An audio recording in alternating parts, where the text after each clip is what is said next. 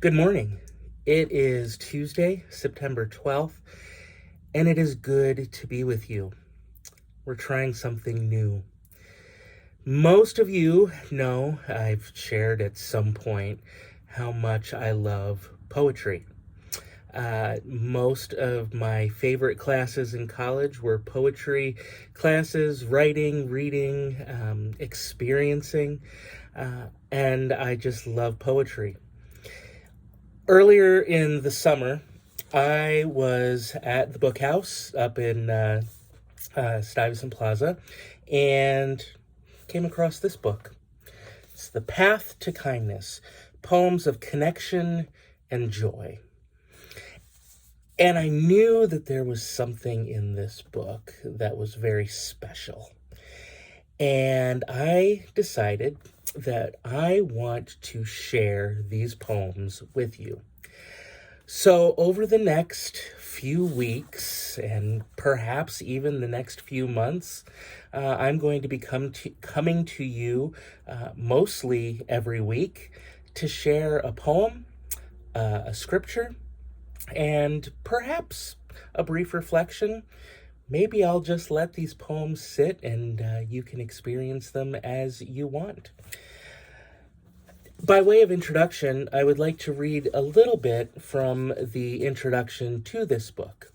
It is edited by James Cruz, and it is the foreword, which I will be sharing from, is by Danusia Lemaris. And she begins by saying that most of us spend a lot of time waiting for the right moment, by which I mean the moment when everything is as we want it to be. The laundry done, the faucet fixed, the kids all getting along with each other. We wait for it to rain or to stop raining, for a pandemic to end, for a baby to be born, or for the kids to leave the house. We wait until we get a promotion, a car, a partner. The conditions we place on our experience of life are endless. And when I'm struck by a moment of sanity, I notice those conditions falling away. If only for an instant. The house is a mess, and yet here I am, as I was earlier today, accepting a rose from a woman I don't even know, who on a small country road where I walk with my husband ran after me to extend her hand and offer a flower, the most brilliant shades of pink and apricot, the petals ruffled like petticoats. "Here," she said, "for you." And I don't know what was more beautiful, the rose or the effort she made to deliver it. For the whole walk it glowed, a presence between us. Meanwhile, wars rage on. Hospital wards remain full. Many go to bed hungry. How do we live in the gap between the hoped for and the real? We want the world to be less broken, ourselves to be less broken, to love an unbroken person. But here we are. So many days it's difficult to carry on. The simple mammalian pleasure of touch can be the anchor that we need, or witnessing a beloved engaged in an everyday task, like washing dishes or braiding a child's hair. And there it is, the breath of the sacred. What we really want to know, and the question that we all ask, whether we realize it or not, is, am I welcome here? Am I part of the tribe? Do I have a place? And so when a stranger offers a flower, it seems possible that we are meant to be exactly where and who we are, that we are meant.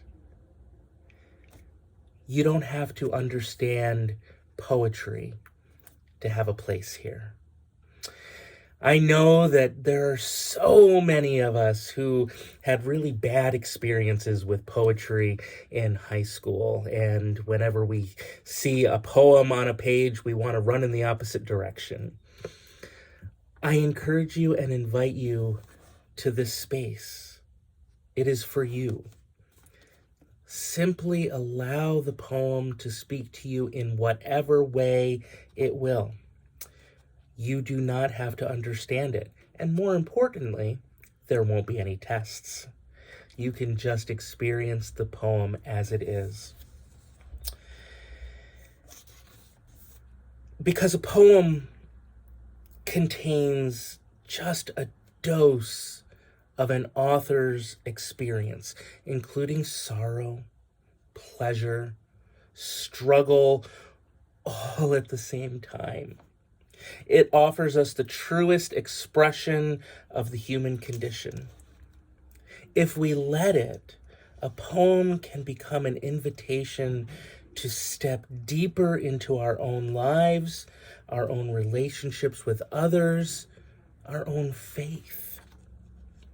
Poetry is an ideal tool in times of uncertainty and change in our lives because it grounds us in the now, opening our hearts and minds to the worlds outside and within us. So the way this is going to work is I will share a poem. I will share a scripture verse, perhaps a verse, perhaps two. And sometimes I will offer a few questions for consideration. Sometimes we will just let it sit and be. But I pray that these times and these experiences speak to you in deep and profound ways.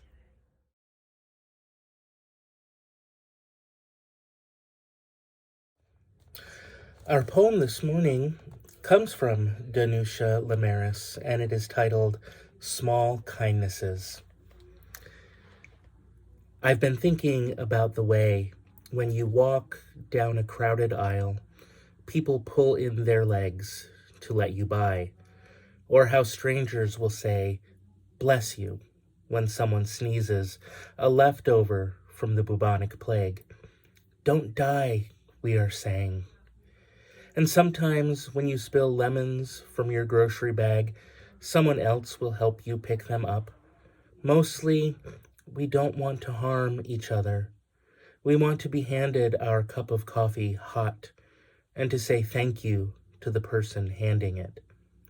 To smile at them and for them to smile back. For the waitress to call us honey when she sets down the bowl of clam chowder. And for the driver in the red pickup truck to let us pass.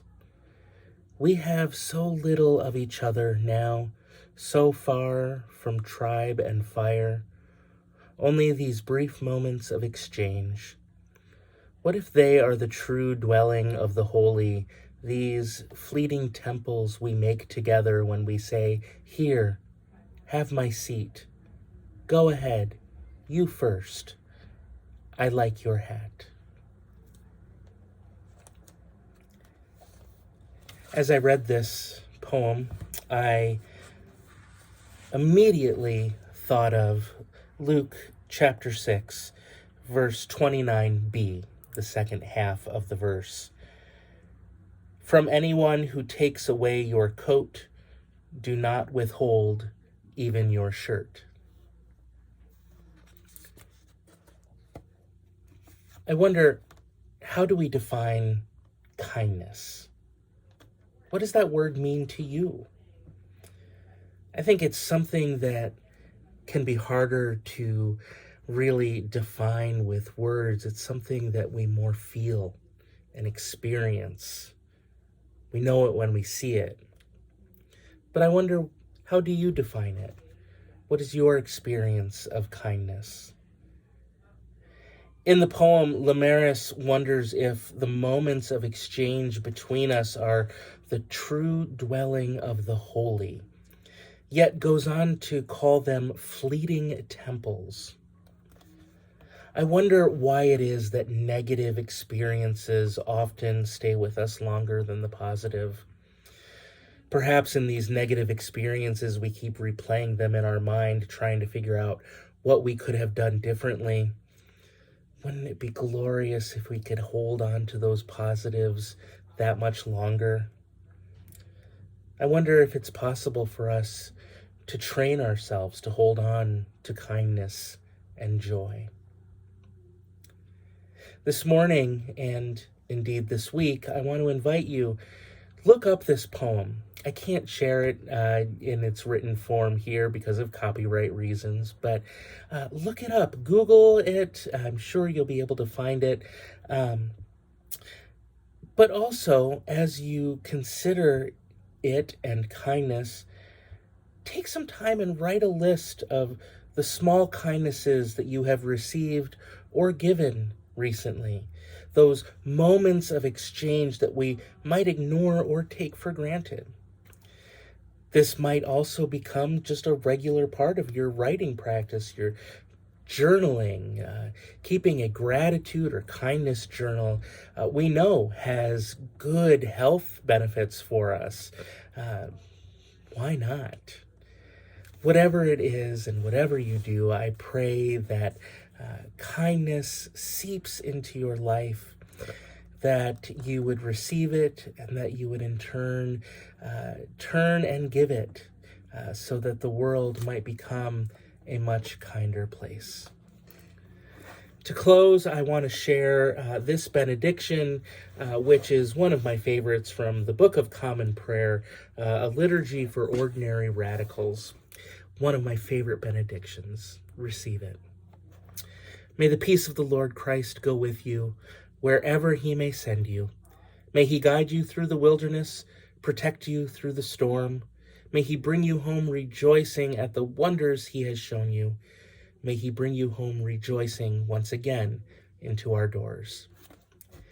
Peace be with you, my friends. Until next week.